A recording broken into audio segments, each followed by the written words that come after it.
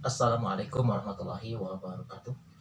Alhamdulillah, wassalatu wassalamu ala rasulillah wa ala alihi wa sahbihi wa mawalah. La hawla wa la quwata illa billah. Baik pemirsa yang saya muliakan, pada kesempatan kali ini saya ingin mencoba membahas tentang mahram ya.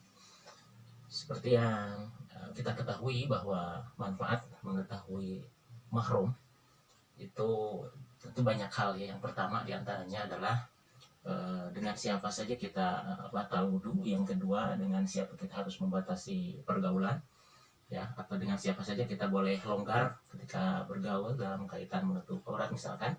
Yang ketiga, tentunya dengan siapa saja kita boleh menikah ya.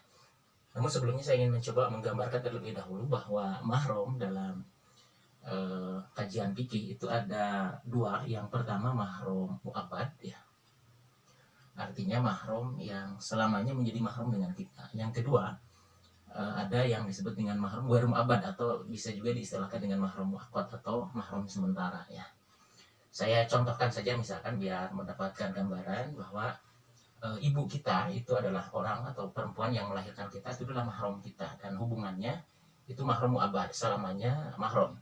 Artinya wudhu dengan ibu kita itu menjadi apa? Tidak batal. Yang kedua, selamanya tidak boleh menikah karena hubungannya dengan kita adalah mahram. Yang kedua, tadi saya kasih contoh mahram muaqqat atau mahram ghairu mu'abbad itu seperti misalkan dengan adik ipar ya, atau adik istri kita, atau kakak ipar atau adik ipar. Nah, itu hubungannya mahram muaqqat ya. Jadi ketika kita sudah bercerai atau misalkan istri kita meninggal, kita boleh menikah dengan adiknya atau dengan adik ipar atau kakak ipar ya. Nah, kemudian mahram mu'abbad itu ada tiga sebab. Yang pertama, mahram mu'abbad karena sebab nasab ya, atau hubungan darah, seperti dengan ibu kandung tadi itu ya. Nah, itu mahram mu'abbad karena sebab nasab, karena ada hubungan darah dengan ibu atau perempuan yang melahirkan kita ya. Yang kedua, mahram mu'abbad karena sebab rodoah atau persusuan ya. Jadi kalau kita misalkan punya saudara sesusu, nah itu kemudian akan menjadi mahram kita ya. Misalkan saudara sesusu kita itu perempuan, nah maka sampai kapanpun kita tidak boleh menikah karena mu'abbad ya, karena sebab persusuan. Dan yang terakhir itu ada mahram mu'abbad sebab musoharoh atau pernikahan. Namun karena keterbatasan waktu, saya kira akan dibatasi saja pada kesempatan kali ini pembahasannya tentang mahram mu'abbad karena sebab nasab. Di sini saya buka langsung kitabnya ya, biar teman-teman dari kalangan pesantren atau dari kaum santri juga bisa mengikuti ya. Yang saya buka kitab ini adalah kitab Takrib ya, Tufatul Qarib ya, dan yang kebetulan yang saya buka adalah syarahnya adalah Syekh Al-Bajuri ya. Jadi kalau yang mau mengikuti langsung membuka kitabnya adalah halaman 110 ya.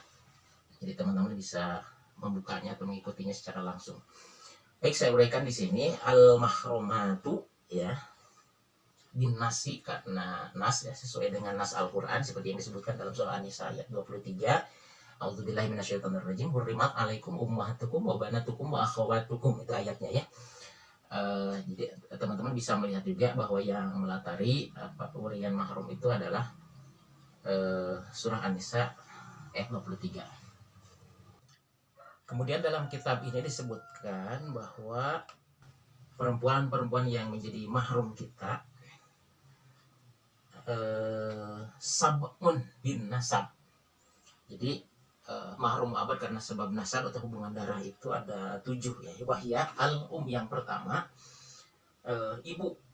Ibu itu ya, kita ketahui bersama bahwa perempuan yang melahirkan kita itu adalah ibu. Wa in alat. Nah, ini penjelasan wa in alat ini.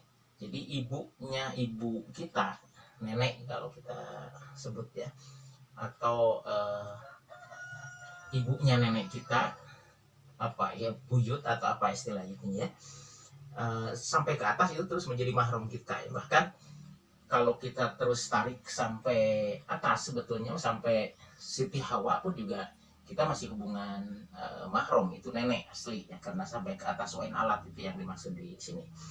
Yang kedua, wal bintu. Wal bintu itu anak perempuan kita ya. Jadi kalau kita punya anak perempuan, wa in safalat, dan terus ke bawah gitu. Meskipun terus ke bawah seperti anaknya, anak perempuan kita yang perempuan, cucu kalau kita yang bisa mengistilahkannya ya, cucu, kemudian anaknya cucu ya, juga sampai ke bawah, terus itu dalam mahram kita. Kemudian wal ukhtu, saudara perempuan ya, saudara perempuan syakikotan kanat, artinya syakikotan di sini seayah seibu ya. Auli abin, auli umin, atau juga saudara perempuan seibu atau seayah. Nah itu ya, itu juga menjadi mahram kita. Wal kholah hakikotan au bitawassutin. Saya ingin jelaskan terlebih dahulu bahwa dalam budaya Arab itu disebut kholah kalau bibinya berasal dari pihak ibu gitu ya. Mengistilahkannya mereka seperti itu, kholah. Sebab kalau dari pihak ayah itu bukan kholah namanya, tapi ammah, nanti dijelaskan berikutnya. Saudara perempuan ibu ya, itu disebutnya kholah dalam bahasa Arab. Cuma mencakup ini bisa adiknya, bisa kakaknya. Orang Sunda biasa menyebut bibi, atau yang kakaknya yang disebut uwa. Nah berarti kalau posisi saya kepada uwa ya perempuan itu ya mahram gitu ya, atau kepada bibi jelas itu ya mahram. Jadi saudaranya ibu itu menjadi mahram kita. Atau bagi yang langsung maupun yang terhalang tadi, atau misalkan yang terhalang itu ditawasutin itu seperti yang langsung bibi itu ibu kita itu. Kalau kita sih tidak langsung. Nah kalau dalam budaya Sunda itu mungkin disebutnya itu nenek ya, nenek juga, atau lebih akrabnya biasa disebut nenek digigir begitu ya. Yang berikutnya wal ammah, nanti tadi saya jelaskan bahwa ammah itu bibi tapi dari pihak ayah gitu ya. Jadi kalau orang tua kita, ayah kita punya saudara perempuan, berarti kan kita bibi. Nah itu yang disebut dengan dalam bahasa Arab disebut ammah gitu. Atau juga bisa kakaknya. Kita dalam bahasa Sunda atau dalam budaya Sunda tetap mengistilahkannya dengan istilah wa itu aja gitu ya. Hakikotan wabitawasutin gitu ya. Kemudian wabintul akhi, anak perempuan saudara laki-laki kita. Nah ini sebetulnya agak jelimet kalau kita baca dalam teksnya langsung, dalam matanya langsung. Tapi kalau sudah di istilah kita kan ini wabintul akhi, ini keponakan ya, keponakan kita yang perempuan itu mahram kita.